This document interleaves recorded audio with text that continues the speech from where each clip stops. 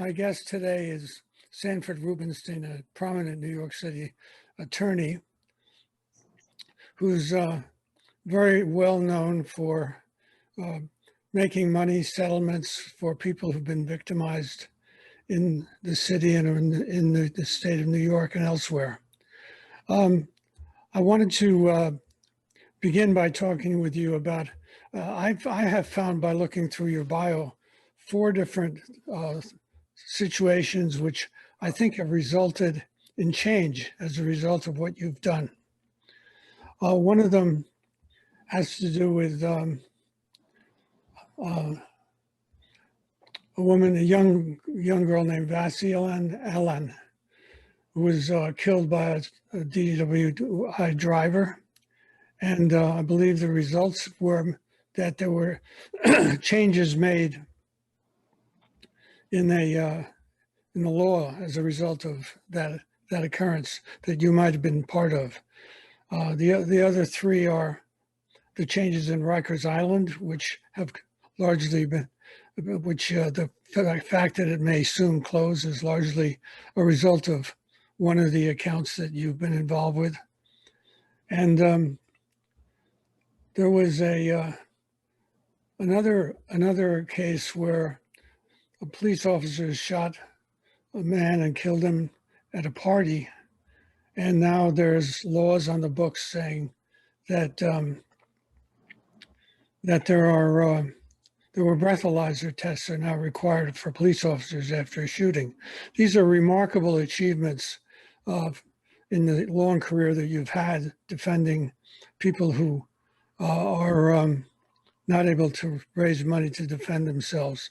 And I wanted to ask you to speak to any one of them, perhaps to start with Rikers Island. Before I do that, I want to tell you, I'm an admirer of yours, and I have been reading stories that you've written, Dan's papers. As a matter of fact, in 1999, there was a profile of me done in Dan's papers, but I've been watching your work, and I'm just an admirer of yours. And now let me get to the topic.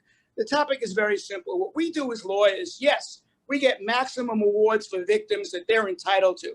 What we also do is fight for change so that what happens to one victim doesn't happen to another. And that's a theme that most victims and victims' families who've lost loved ones feel very important about.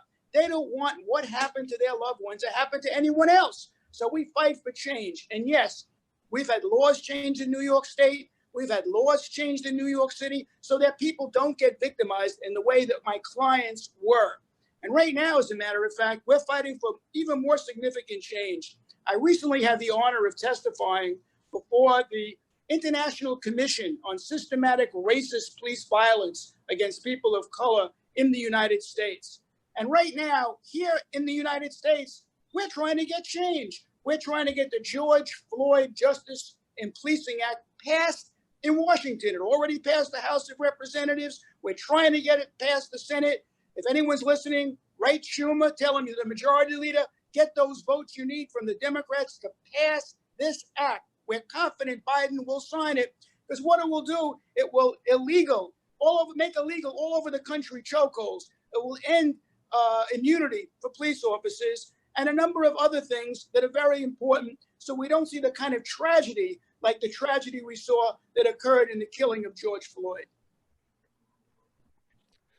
Speak about the changes that occurred as a result of you become a very public figure in the Rikers Island case. Certainly, that's the Browder case. That was a case where a young man charged with a very minor crime, spent years in jail, ended up committing suicide as a result of being in solitary confinement for so long. And it demonstrated the effect of ruining a young man's life to the extent that he committed suicide as a result of the policies and practice that occurred at Rikers Island. I visited Rikers Island on a number of times. This facility needs to be closed. It demonstrates what's wrong in our penal system. And certainly, we can humanely deal with those who have to be incarcerated, but we don't need to incarcerate people for minor incidents, in this case, for years. So we're looking forward to the closing of Rikers. The politicians have committed to it. Let's see if it really happens. I understand also you were involved with closing the Vieques Island base in Puerto Rico, which Well, I visited. I visited that during the time. I visited that when it was a Navy base. that's correct. I represented Reverend Al Sharpton at the time, and he had been arrested for trespass at Vieques as a manner in which he was shining a light on what was going on there. What was happening there was the Navy was using Vieques Island, an island north of Puerto Rico, part of Puerto Rico, as a bombing base to teach pilots how to bomb. The result was young children were getting cancer. It was a terrible situation. And for many years, there was an attempt by activists to close Rikers, to close to stop the bombing in Vieques. Well, after Reverend Al Sharpton shone a light on what was happening, he got 90 days in jail, spent it in the federal facility, most of it in Brooklyn. There was change, and ultimately the commitment was made by the government, and we were there for the celebration of the closing of the base in Vieques, and that was a very important step to demonstrate that shining a light on wrongdoing really can get change. Did you also spend time in jail as a result of Vieques? Lawyers generally don't go to jail, and I recently participated in a demonstration in which a number of people went to jail, but I rather represent people in court than be in jail. I can be more effective. But there may be a cause that I believe it might be necessary for me to go to jail, and I'm ready, willing, and able to do that, but I haven't yet. How did you decide when you were in college that you wanted to be a lawyer and take up this kind of law practice? Well, it was very interesting. I grew up initially until age 14 in the Ravenswood housing projects in Long Island City, Queens. And when my parents decided that they wanted to move out of the projects, get a better life, they bought a small house in Rockland County, little 5-room house with a carport. And the lawyer who represented me, my family rather, was a lawyer named Arnold Becker. And I was so impressed with the way my father and mother respected this man, listened to his advice, that it opened me up to the idea of becoming a lawyer. And I ended up going to law school at night at Brooklyn Law School and was a school teacher in Harlem during the day. I call that my Board of Education scholarship to law school. And you've been practicing for all these years. How did you come about coming out to the Hamptons? What got that involved? How did you get into that?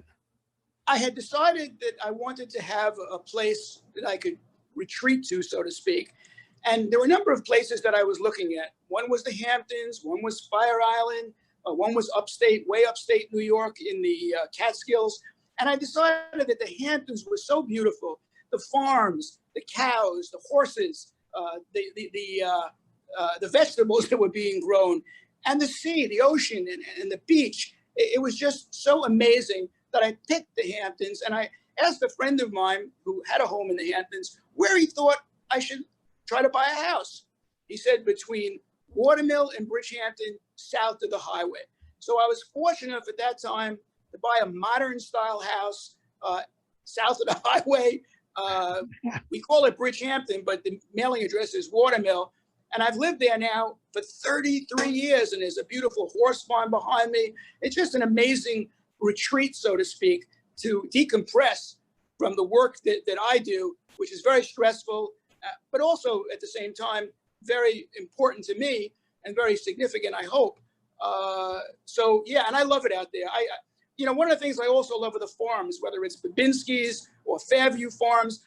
I love going, talking to the farmers, buying the fresh produce and enjoying the life of the Hamptons. And many say that it's changed a lot over the last 30 years.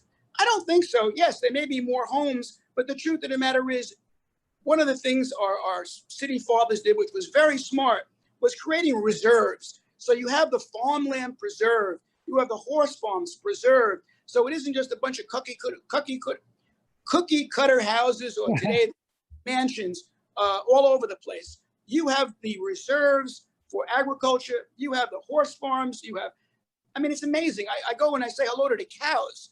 Hope your listeners don't think I'm crazy, but I actually say hello to the cows because I love seeing cows and Fairview Farms has chickens out there, cows. It's amazing. So I love the Hamptons, and I had my grandsons out there recently, all three of them, three boys, and they started to love the Hamptons the way I do. What do you foresee in the future? Are you working on currently? Well, right now, one of the things that I'm working on, and this is very important in New York City, is to make sure whoever's elected mayor doesn't re-engage in the stop and frisk policies that criminalize so many young black and brown men for no reason. Young man not doing anything wrong, he gets stopped, no reason, thrown against the wall, frisked. Whether you call it stop and frisk, stop and question, it's unconstitutional.